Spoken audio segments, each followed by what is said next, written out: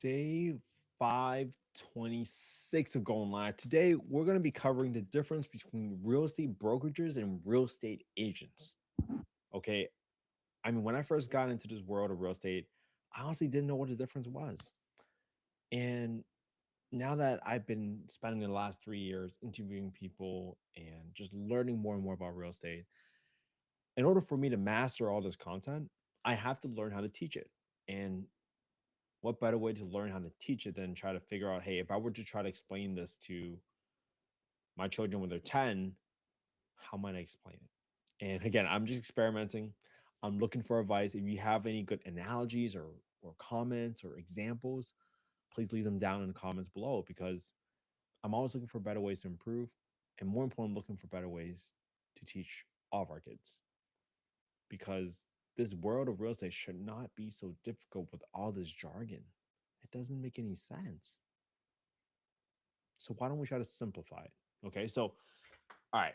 So if you've been ever curious about how real estate brokerages work, right? What they do, how they're structured, and why it matters for anyone looking to buy or sell a home, this is going to be the video for you, all right? I'm going to try to keep it as fun and clear as possible. So I'm always looking for feedback. I'm not perfect, but let's give it a try, okay?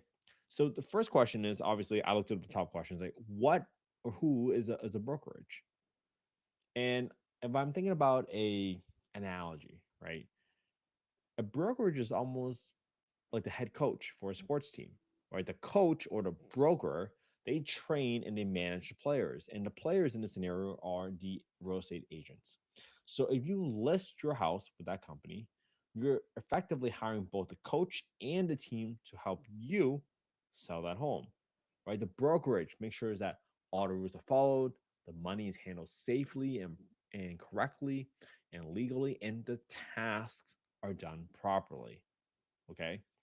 Now, why does it matter for your buyer and sellers, right? When you partner with a brokerage, you're not just getting a random person, you're getting a whole system of training, legal oversight, and experienced teamwork, right? They all know how to work with each other because the brokerage wants to make sure that the agents do their job well and obviously the clients are satisfied, right? Because then they'll just refer more clients to them.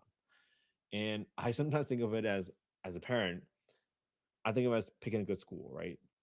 The teachers might be awesome individually, but the school really sets the standards and they are there to keep the quality of the education high. All right. So let's talk about the difference between like a broker versus an agent, right? The brokerage, right, holds the license. They allow the entire operation to function.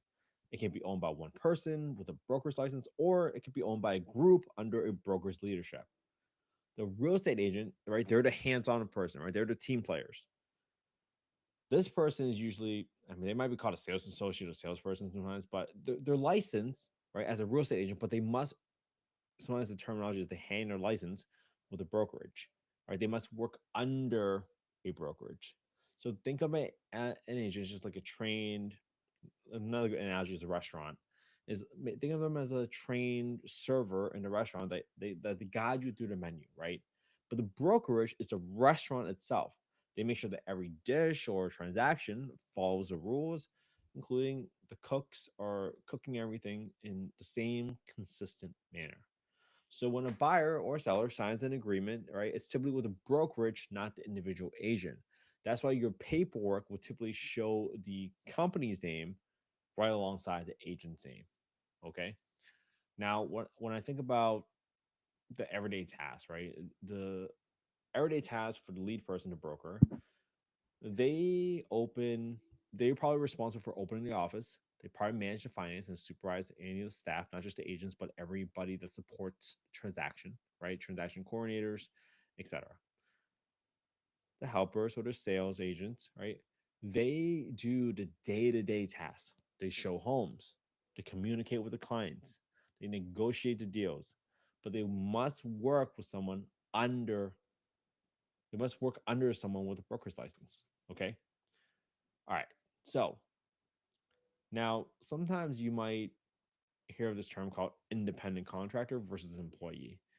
And in this world, right, some real estate folks, they can operate as independent contractors under the broker's umbrella. Others might be direct employees, right? It really depends on how they are directed to do what they do, right? How much control does the brokerage have over that person's management of their own hours, their tasks, their taxes, etc. Okay, so these things are going to be very important. Now, obviously, different offices and different brokerages, right? When we talk about structures and commission splits, they all have their own different way of splitting their earnings, right? Just because you, let's say it's a $10,000 commission check, right? One brokerage might give that agent 75% of the $10,000, and the brokerage keeps 25%, right? Another might keep a bigger portion so that they can cover the marketing costs because the brokerage is fronting the marketing costs for that property. And I try to think about it from explaining to a kid, right? If you think about it, if you start a partnership for a lemonade stand, right? Maybe your sibling is going to buy the lemonade mix, but you get the cups. But then you share the profits on based on who did what. Or maybe someone buys all the supplies and other person does all the mixing. It's going to depend on how you split the profits based on what you agreed on.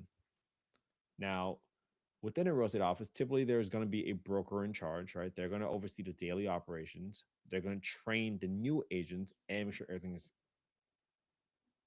being processed legally and lawfully. Okay. Remember, the agents are the ones that's going to help you find or sell a property. They'll handle showings, they'll negotiate on behalf, and just will keep you updated, right? And then usually there's going to be an admin support, there's transaction coordinators. I typically have bought homes before where you're kind of working with not just the agent, but also just supporting staff to make sure that the transaction is moving along smoothly, coordinating schedules, handling some of the marketing materials, processing any documents. That's all very standard within a real estate transaction. Okay. Now, when I looked up one of the top questions related to brokerages, I saw that one of the question was, how does a brokerage protect my money? Now, sometimes a brokerage, if they're handling money, they are supposed to use a special account that might be called a trust account. And that account is meant to keep those client funds separate from that business's own money, right? Might have their own operating cash flow. This ensures that nobody accidentally or intentionally uses your deposit for a random expense, right? If your deposit is safely in a trust, then you can be confident it's not going to go anywhere. Okay. All right. So when you talk about the legal responsibilities, okay, brokers and agents, they have to review or disclose certain information to clients. If they see a major issue with the home, I guess they should advise them to, I mean, they should be disclosing that regardless. Or if they represent both sides in the deal, they have to be very open about it. Okay. So the representation details, I mean, they got to disclose and let you know they stand for the buyer, the seller, or both. Thinking of it as, hey, someone's got to show you, like, hey, which team are they coaching, right? It's pretty obvious usually, but sometimes it's not so obvious and you disclose it. If there are any property conditions information that the agent knows, especially if they know something's broken, they need to share that knowledge, right? They got to warn you about those issues. And especially if they already know that their property is in a high flood zone, high fire area, brush fire zone, especially in California, they have to disclose that. Okay, just understand that as a guiding principle, they got to be upfront about anything that affects the home's value or someone's decision to buy the home or not. Okay.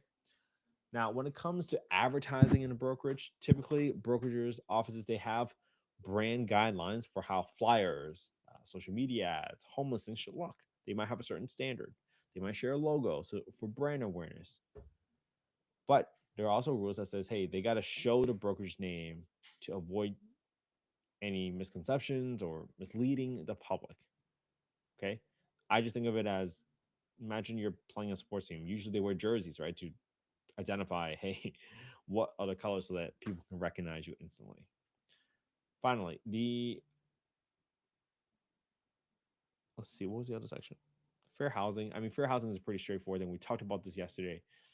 The brokerages also have to follow the regulation saying you can't exclude or discriminate against certain groups, right? This is very important. And it's a big part of a brokerage job to make sure that all agents treat every buyer and seller equally based on fairness. And finally, what was it of the top search? Is every brokerage the same? Not really, right? Because just like restaurants, some are big chains with a lot of locations, others are mom and pop shops offering what they call as a personal touch. Some focus on fancy luxury homes, some focus on more affordable properties. They're just going to be different brokerages with different splits, different commission structures, and everything. If you're going to pick someone that best fits your own goals, your own values. And obviously, having a track record that they closed on properties before is going to be very important, especially if you're picking somebody. So, this is all going to matter because you want a proven brokerage, if not a proven agent, that they're going to get your house sold or that they can buy a home. And that's either through their track record, their ability to demonstrate their competence about real estate. All these things matter. Okay. So just don't pick it randomly. Make sure you do your research. And hey, thank you so much for tuning in today's live. Today's day 526. I appreciate y'all. Thank you so much for tuning in to lives, supporting the affordable housing podcast. I appreciate y'all so much. Please, please, please subscribe.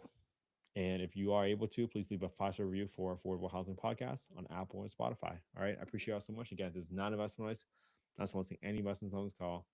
I'm not a real estate agent as of this recording. So please take everything with a grain of salt. Do your own research. And that was just my way of trying learning how to figure out how to explain all this stuff to my own kids.